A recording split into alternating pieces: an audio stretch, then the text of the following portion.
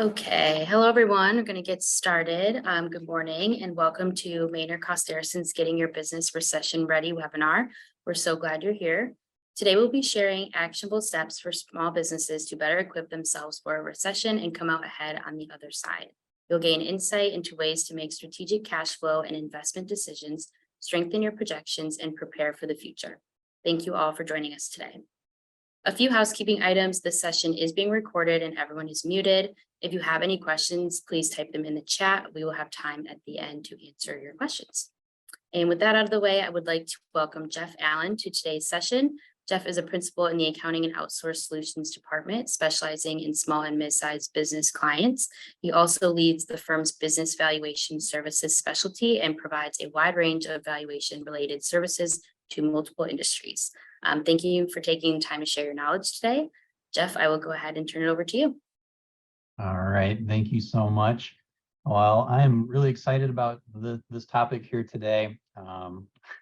Maybe that sounds bad to be excited about a recession, but I am kind of a nerd for planning and obviously getting your business ready for a recession or any sort of good or bad event is planning. And so that's definitely one of the areas I like to work with. Ask my wife and kids and they'll tell you the same thing. You are a nerd when it comes to planning. So that's why I'm excited. Obviously wouldn't be excited for a bad thing, but definitely that's the case today. So just taking a look here. Oh, there you go. You get to see my face live and my ugly mugshot as well. But just a real quick about me. Some of you on the call I know, you probably know who I am. I've probably worked on some projects for you too. So thank you for joining today. And those of you that don't, like Cheyenne said, I am a partner here with Maynard Costerisan. I work in our accounting and outsource department, specifically working in our consulting team. So a lot of the work that I do is working with small and mid-sized businesses in a lot of the planning areas. So I really enjoy working, especially with startup and distressed companies. In that area, you're almost always planning for a recession, right? Because tomorrow could be a recession. And so working in those areas, this is something kind of near and dear to my heart. I also spend a lot of time in our valuation area. I am a credentialed in business valuations to the AICPA. And so I do help do a lot of valuation work as well. So these two kind of go hand in hand with planning and forecasting. And so hopefully I can share some of the insights I have with you. Obviously no genius or guru as to when recessions and things could be happening. But you know, I'll share some of the tools, some of the tricks of the trade, and we will go from there. I did sit on the industry side, so I have in the past, I was a controller for a large national medical device manufacturer. We had operations all over the country and a wholly owned maquiladora operation in Mexicali, Mexico. So I'm very familiar with the industry side and the consulting side too. So I've sat on both sides and can relate well with almost anybody on either side. So that is enough about me. So the question today is really when, not if, a downturn will occur, right? We know that one will happen because it always does. And so really the question is, when will it occur and what can I do to get ready for it? And I was joking with Cheyenne before we got on. I said, did I pick scary enough pictures for the background? You know, I was hoping, you know, like some guy standing in a lightning storm with an umbrella, you know, like hopefully that'll get your attention, right? So don't try this at home, but yeah, that is what the picture I picked for you. So let's take a look at the current economic environment, really. So I can scare you some even more here.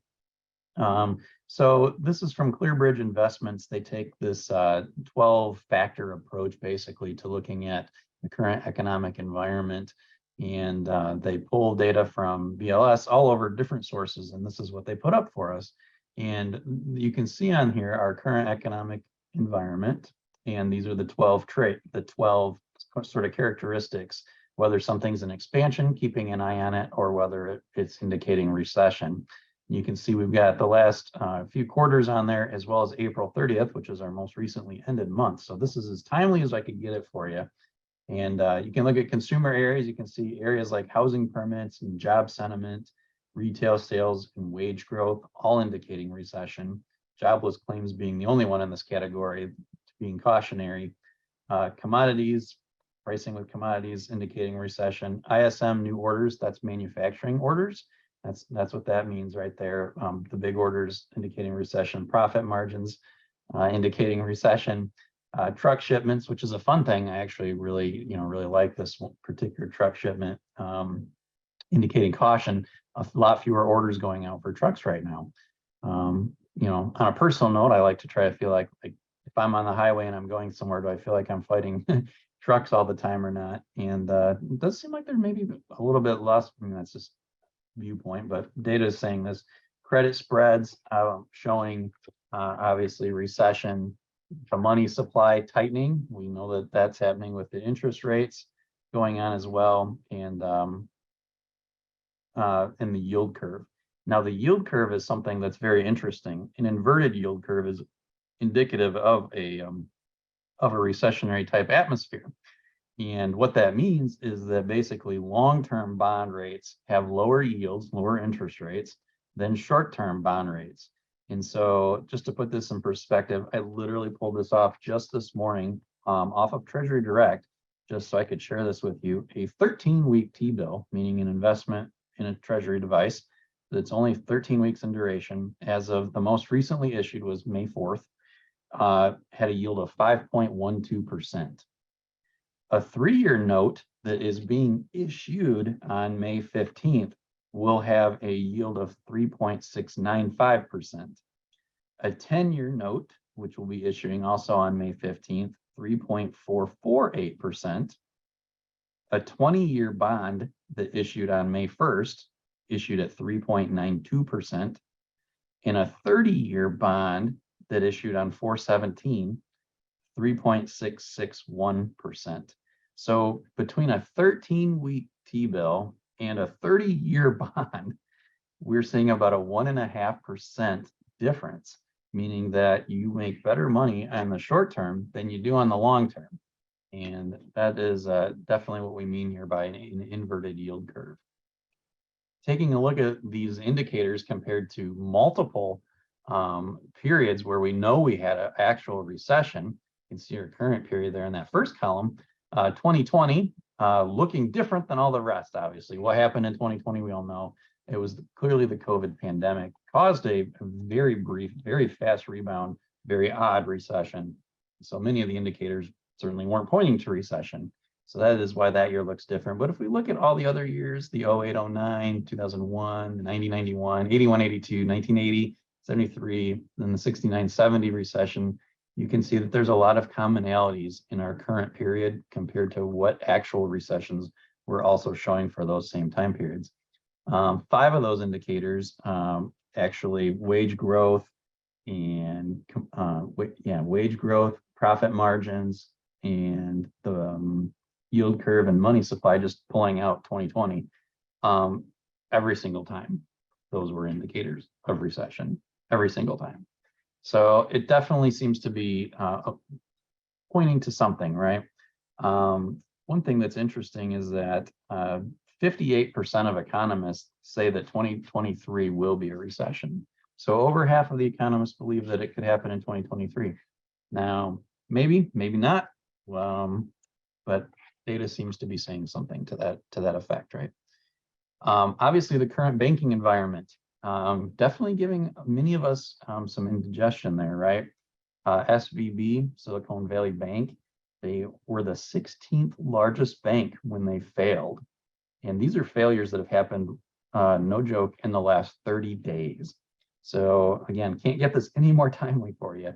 But yeah, SVB Bank failures, First Republic failed, Signature Bank failed. These were very, very large banks. What's interesting is I have a subscription to one of our services that I use in our valuation area. I actually got an email from them.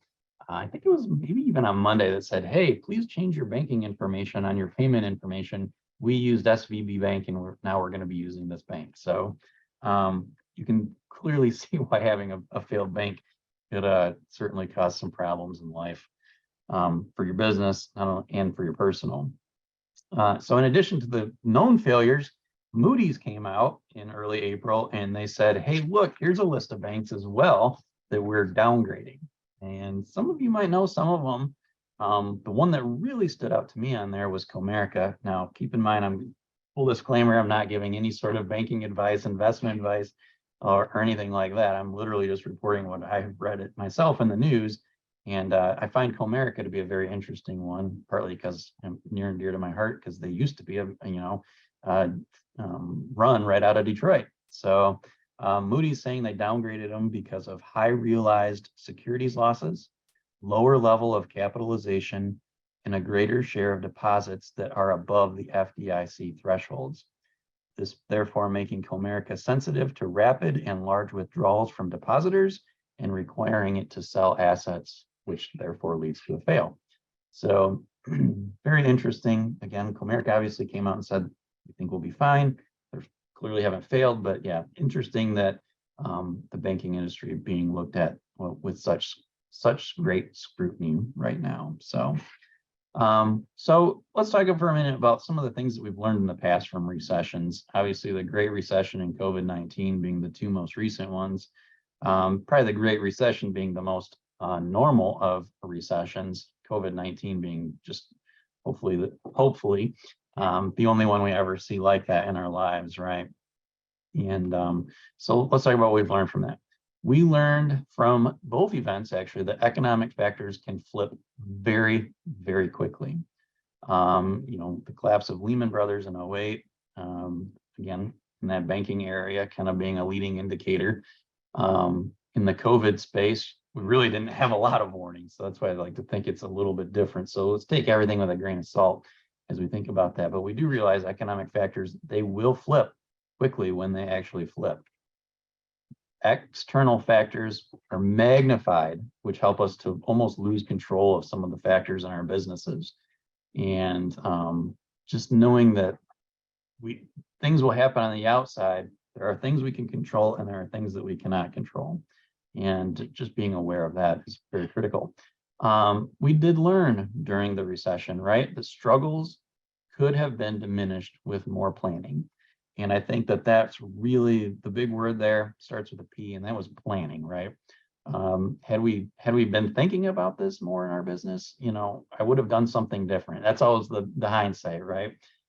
If I'd have known this was going to happen, I could have done this and we would have been okay. That's kind of the catchphrase that we hear all the time, right?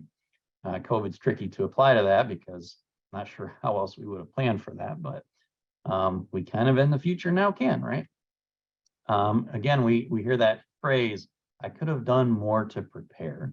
I just could have done more to prepare. And that's really pretty true, right? Most of the times, if we know that there's economic cycles, there's booms and busts. Some industries are affected worse than others inside of each one, but we do know that there are things that we could have done more to prepare. Cash was still king, right? Cash is always king. And I know that I sound like a broken record, and I know that much of what I'm saying is common sense, but to be honest with you, preparing for a recession is a lot of just common sense. And so your investment today in this webinar is hopefully just a refresher to common sense and not something that's going to be completely eye-opening. I'll give some ideas that would work, but yeah, cash was still king during those recessions, and those that had it fared well and even usually flourished. Like I said, many that were well prepared flourished post-recession. Basically, they were able to mop up after the mess and build businesses that were stronger, bigger, and had more revenues and more profits. So that's a good thing to learn, is that a recession can be bad, but properly planned for can be a great opportunity. So what can we do now to prepare for a recession? So obviously analyzing external factors to anticipate a downturn is very, very important, right? Talking about the industry macro level understanding. I know many of you are very, very good in the businesses that you operate in because you know what's going on in the industry. Making sure that you're attending industry trade shows, making sure that you're on webinars inside of your industries. These are all very, very critical things to make sure that you can understand where we're doing great, but it sounds like other people are having a hard time, or vice versa. So making sure that you're staying educated, in tune with the industry is very, very important.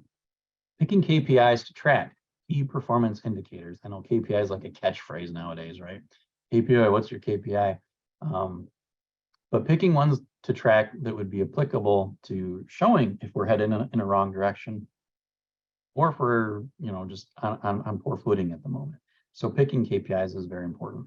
Focusing on factors that will reduce cash flow are very important, obviously. Are there ways that we can reduce cash flows? What are those levers that we can pull, even in the short term? And some things we might be spending money on now, but we know that we can easily turn that off. Maybe it's an investment in some sort of a project, or maybe we have a certain division or group of people doing something. We know we can turn that off if we need to. I know it sounds terrible, but we know we could turn that off if things got down to it, right? Focusing on individual customers and their customers, not just our customers, right? Really knowing how things are flowing downhill, how they're rolling downhill, right? And are our customers having problems? So being in tune with our customers is really, really important. And so especially our biggest ones, right? The ones that can really move the needle in our business, especially if we've got concentration in a certain customer, knowing them and knowing what their customers and how they're treating them, very, very important. Also understanding the supply chain. Supply chain right now and vendor analysis it's getting better. Like I know that COVID and things have really messed things up in that atmosphere. I mean, shoot, my wife and I went and ordered a new chair for our living room in late January, and we're still not expecting to get it probably until July. So that's probably 6 months, but we are working through those things. But knowing how your vendors are doing in their supply chains also, because if something happens, a recession pops up, remember we get very little notice, and then boom, we have supply chain issues. We can't make our product. Now we don't have sales, like it all rolls downhill, right?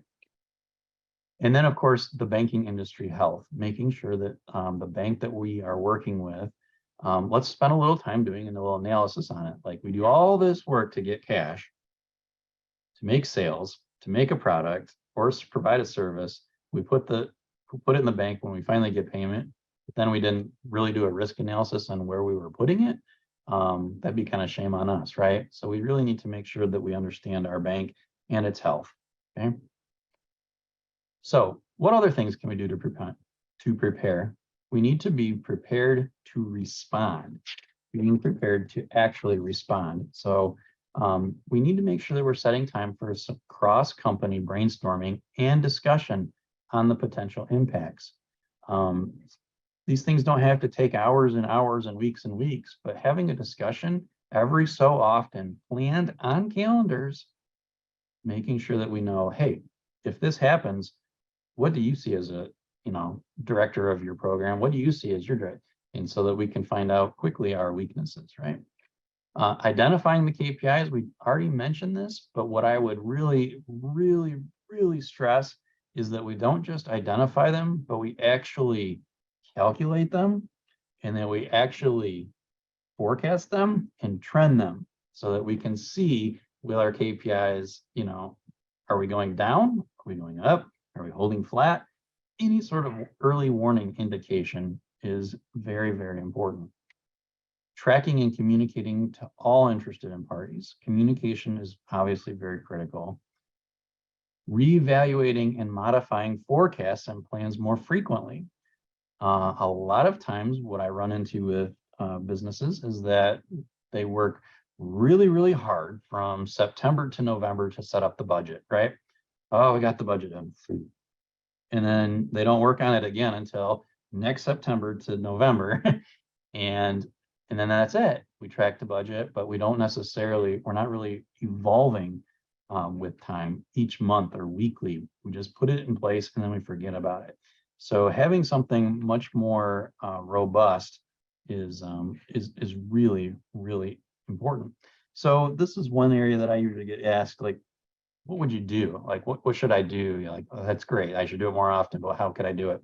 So there are some products out there. And again, I'm not advocating for any of them. A good one that teams up with like a Microsoft base is called Solver. And Solver works really well, and so does Maestro Analytics. I've used that one as well with a particular client. And what it does is some of the risks with building these things in Excel is they get real complex, they change too often, they're hard to update. But these types of tools, Solver and Maestro, they're really good about, you can set a lot of your details and then you can change and reforecast in real time. So like, let's say you're thinking, all right, hey, I'm going to sell X number of widgets and it's by month or a week. You can make it as detailed as you want.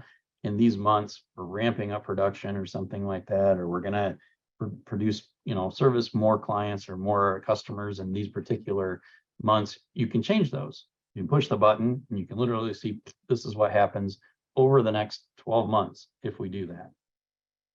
That is really good information, because now if we're sitting and we're preparing a forecast, right, well, we think that we might go down here and then, recover here, boom, put it in, run the forecast and see, how does that affect our cash flow? What does that do to us?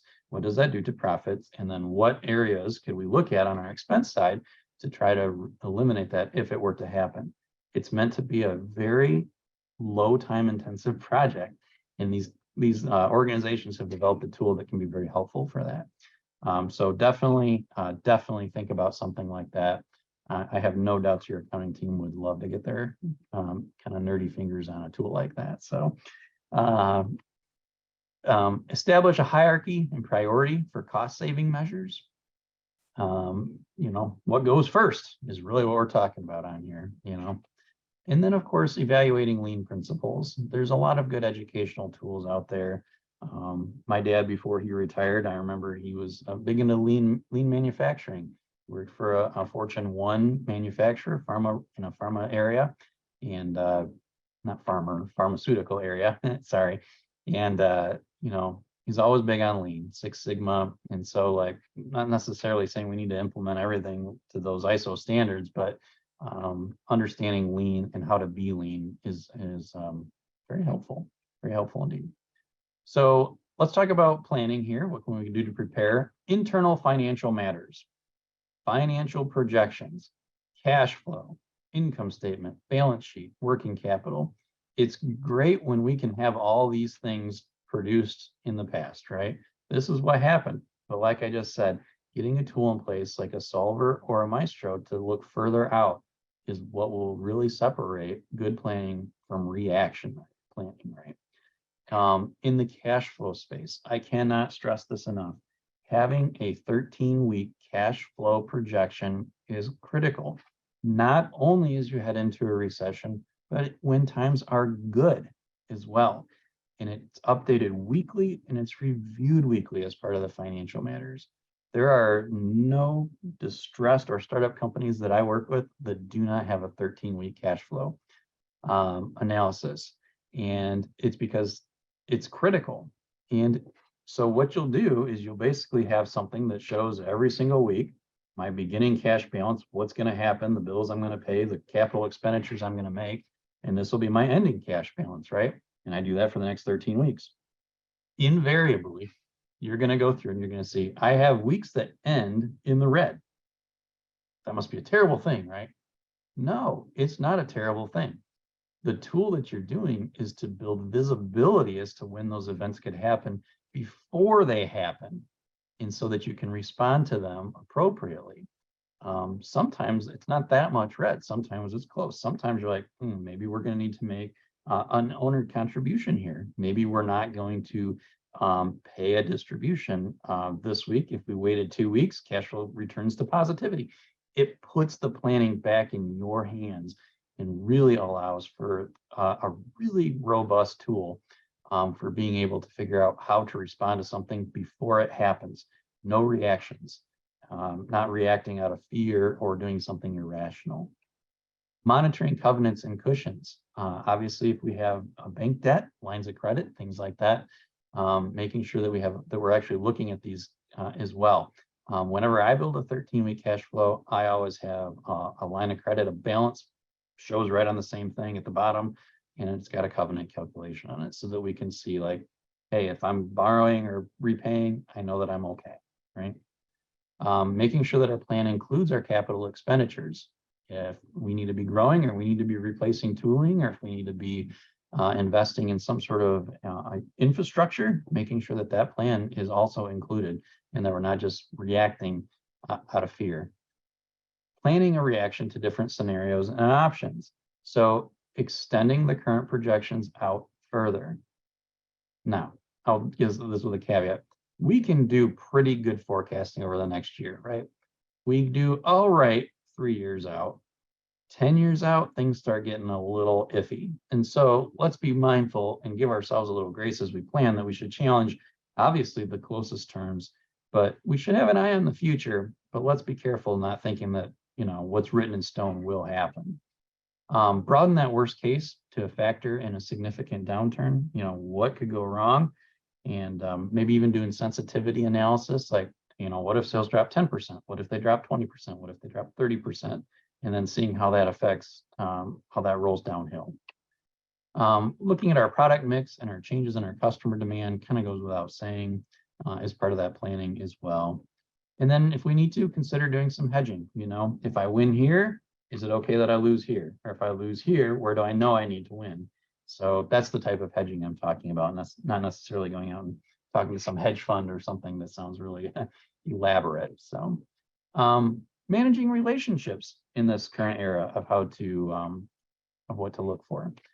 Improving customer and vendor analysis. And know that I briefly mentioned this, but what I really want to talk to you about now is if you have customers, let's identify issues that will be more problematic in the difficult times. So if we have slow paying, low margin customers now, and we're not in a recession, what do we think is going to happen when things get tough? And so what can we be doing to identify, isolate, and quarantine those types of issues now so that when something bad happens, we know, hey, all of our eggs are not in this one basket, and we're going to have all sorts of trouble with this particular customer or these customers, right? And so yes, I think it's very important. If I work with a distress company, usually I'm saying, hey, listen, if we're paying payables slow, our vendors are going to figure that out, right? And we are going to be on a naughty list somewhere. And so we need to make sure that we are managing those things appropriately. So really it's the other way in that particular instance of how to look at things. Looking at the supply chain risks, making sure that our vendors are reliable and that they can get us the things that they need. Hey, where are you guys getting all of your product from? Are you sourcing it from overseas? What's the risk? What ports do you usually use? I mean, this might feel a little intrusive, but it can be done over a lunch meeting. It can be done over at a mixer event or at an industry meeting. It can be nonchalant in getting a lot of really good information from folks, right?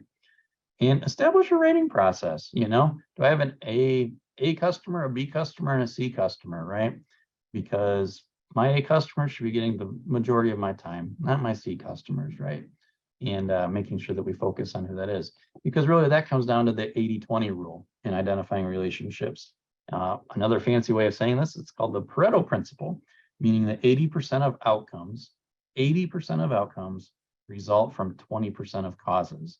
Kind of said another way, 20% of what you do results in 80% of what you get. So put a lot of work into a customer that isn't great, and you don't have that same amount of effort to put into the really great customers. So being mindful of that, right? Doubling down on efforts to add value and to differentiate, looking at the risks from the lower 20% with a different lens, acting with greater urgency and less excuses, right? Also, it might be time to think about outsourcing non-strategic services, right? Maybe we've don't, I don't even know what it could be in your particular industry, but it might make more sense at this point to outsource it. Maybe we can step up a level on service and either hold costs the same or decrease it at the same time, right? And then looking at compensation package decisions, when I was in industry, the owner of the company I worked for, was very, very opposed to bonuses. And I remember asking him, like, why not? Why wouldn't you want to incentivize someone as part of their package to really do something? So if you put that big red button in front of somebody, they're just going to push that big red button all day long. And that's what they're going to do because they know that's what they get compensated on, right? And then they're going to forget about the other very important things that are the basic parts of the jobs. So making sure that compensation packages are really aligned well with the organization as well. Okay. Financing considerations. This is a good one here. I love this clip art picture. I really love chess, and I think chess is pretty cool. So obviously this one here really stands out when we talk about protecting the king, right? Protect the king. The king, of course, being cash. Cash must be protected. And like we've already talked about, we've got to make sure that we've got the right banking partners, both in the relationships that their customer service provides, whoever our banking relationship is with, in evaluating both the bank and our FDIC coverage limits, right? Many accounts, 250,000, many businesses, way more than that inside those banks. And so it's very important that we look at that, especially in environments and as we head towards environments where recession risks and bank failures become more common, right?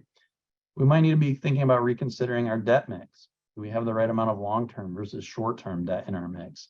What about lines of credit? Every business should have a line of credit.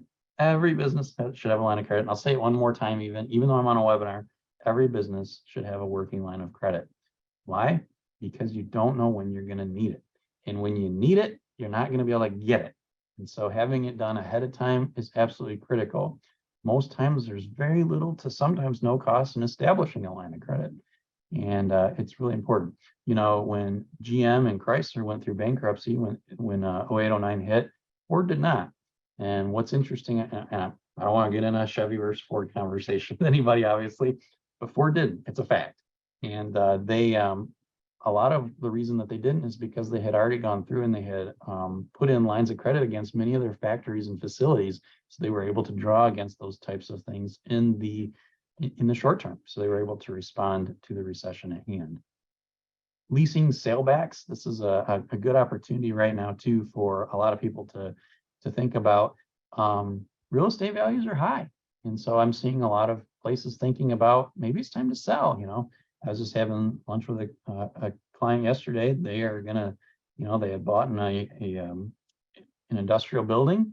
They only owed about $3 million on it. They're going to be able to sell it for about $7 million. And so, when things kind of hit the fan, prices aren't that great. So they're thinking this might be the time to pull that trigger. And actually, in their case, they might even lease the building back to Najeg. So just an option to think about. Obviously, I got to put other on there because there's other things when we consider the debt mix. So some other considerations to really think about, maybe renegotiate extensions. Maybe we got, lines of credit that are coming up soon. Let's be proactive. Maybe we have debt that's expiring soon. Rates are high in this environment. Maybe instead of saying, all right, let me do a 20-year mortgage, maybe it's time to think about, hey, let's do a 5-year, evaluating our opportunities like that. Viewing covenants with recession in mind. So if we have a covenant or something on our debt that comes on and it says, hey, we have to meet this ratio here and here, and we're in good times, and we're like, we can probably do that. We can probably get that taken care of. When a bad time hits and we're going to violate the covenant, that won't be good because now we're going to have declining sales. We're going to have a covenant violation and possibly a debt call. Those are the types of things that cause businesses to fail. And like I had mentioned already, making sure that we're taking a look at that FDIC coverage. Building and maintaining relationships. Be on good terms with your lawyers, your accountants, and your bankers. I was a panelist for the Michigan Chamber of Commerce recently at one of their events down in Livonia. And I think one of the big things that came out of that discussion was, making sure that we're in good contact with those key providers so that they can work with us. If something bad starts to happen, let's get ahead of it. Let's not wait for someone to call us and say, oh, what's going on? Something's bad and something's scary. These types of guys, your lawyers, your accountants, your bankers, they'll take you to lunch for free. So if nothing else, keeping in touch with them and getting a free lunch is always a good thing too. So definitely keep those relationships very, very strong. So let's take a quick look here at the overview of some key business functions. When we're talking about evaluating the business in its entirety, let's just keep in mind that, we will want finance people present. We would want our legal people present, our planning people, our leadership, our sales people, our marketing, some of our operations type people. Like, we need to look at the business overall and really figure out where's our risks and what could go wrong, and making sure that we respond accordingly, right? So this chart, I really like this chart because every business has areas where they're really strong in, and every business has some areas where they're very weak in, right?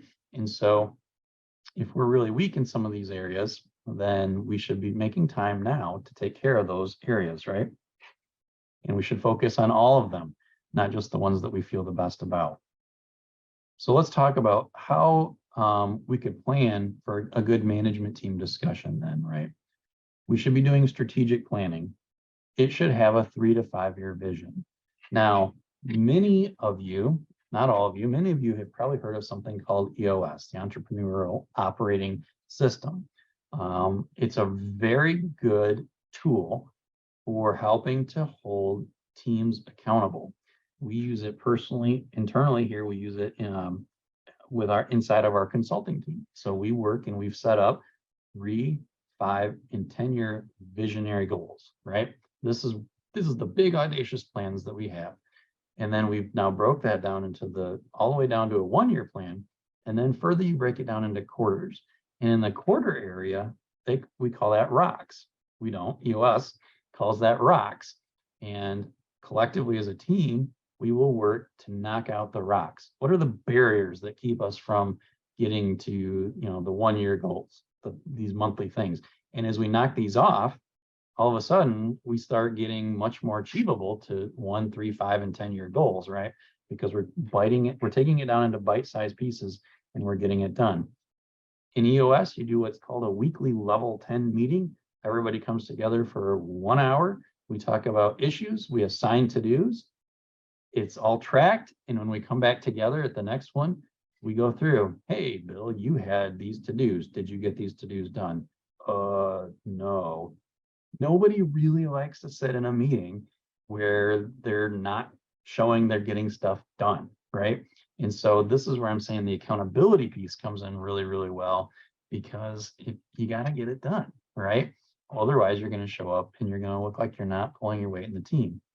So again, very, very important. And then it also gives a good opportunity to talk about issues. So again, if you need a mechanism to work on this, I know we're talking about downturn in recession planning, but really I want to make sure we talk about, if we're going to spend the time talking about this as a team, let's make the time useful, and let's make sure that we're all accountable to the things that we're saying we're going to do to help get there. Work on the scenario planning, right? Hey, what if Jim doesn't land that big sales job? Or what if those guys cancel because recession hits? What happens to the place? Let's make sure we always have really good ongoing communications, and that we dedicate time to discuss and agree on what is the most important. Now, agreement doesn't look like just quiet head nodding. It can look a lot of times like confrontation. And I think that professional confrontation is okay. Name calling, those types of things, that's not a good situation to be in, right? But really challenging one another is what's really going to provide the best results. And agreeing truly on what is needed by all the parties involved, and how all those key factors be monitored and continually communicated. Oftentimes we have some of the best of intentions. We walk out of the meeting and it doesn't happen because we're not monitoring our progress, right? And then obviously making a commitment, a good solid commitment to communication. And I just really can't stress that enough, that communication is critical. And if you got to get like a monday.com to be able to track projects, or you need to get something that's along those lines that'll be really helpful for people, definitely do it. Okay. So let's say we get out of this recession. Let's say that we're after the recession now, and it's time to accelerate out, and it's time to take opportunities, right? We did the planning, we did the hard work. Our competitors did not. They went out of business, hopefully. And now it's our time to come out. So what does that look like? Again, let's brainstorm some opportunities. Let's not just think how we're going to respond to the bad thing that could be happening. Let's think about after the bad thing happens, what should we be trying to accomplish, right? What kind of opportunities are out there, right? Mergers and acquisitions. This is where it might be time. Maybe we're going to be able to pick up a competitor or a supplier or even a customer on the cheap. And so let's make sure that we've been making a plan for that as well. A lot of people don't realize, but Warren Buffett, he's a famed stock investor, right? He owns a very large percentage of Berkshire Hathaway, founded it. I think he's like 92 years old and still running the company today. And Charlie Munger, his number two is literally, I'm not even joking, 99 years old. So these guys must be doing something right, or they're eating the right kind of food or something. So, but yeah, they often have very good returns in their business. And at the end of the day, they're really a holding company. They buy other companies, right? Buy them in and they hold them basically forever is what their goal is. But they often get beat up by analysts, especially in good times, for holding too much cash. And so, I think the last time I looked at it, I think Berkshire Hathaway was sitting on something like 140 or 150 billion dollars in cash. And it just grows because they get dividends from their company. And it's just growing and growing and growing. And people say, why aren't you buying something? Why aren't you buying something? And Warren Buffett's, refute is always, I will, but I'm going to get a good deal when I get it. So talk about planning for something. Talk about having the stamina to sit on 140 billion. I mean, I'd have like a hard time not buying like a four-wheeler or something, but it takes stamina to know. History has always shown that the bad times will come and then good times will come with it, right? And so being ready for that and being ready to make that investment in the future, because we chose to use advanced planning, can really go a long ways. So yeah, and so something to think about there.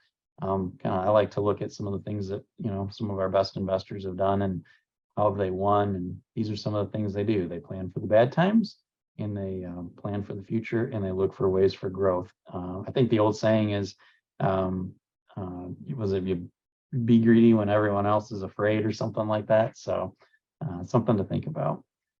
With that kind of wraps up what we had today in our 45-minute window. I think that I actually got us done like maybe even 2 minutes early. So nobody ever complains about being early. It's funny, like when you go to college, you pay a fortune for it, but you're always okay when class gets canceled. That always kind of mind boggled me. So anyways, hopefully these last 2 minutes, you won't feel like you got gypped on. So, but I do think we can take some questions. I think Cheyenne I just saw her come back on here. If anybody had questions in the chat, I'm happy to kind of respond to them if I know the answer. Yes, thank you, Jeff. There are no questions in the chat right now, but if anybody wants to put some in there, we can take a few minutes to answer those if you have any questions for Jeff. It must have been that amazing of a presentation that nobody had. I mean, I answered every single question. Like, you must have. I can coast off into the weekend feeling good about myself. I'm kidding. All right, I don't see any. So thank you all for joining us today. We will be sending out an email of this recording on Friday, May 12th. And Jeff's contact information will also be in that email. It's on the screen now too. If you have any additional questions, please feel free to reach out. And I hope you all have a great rest of your day.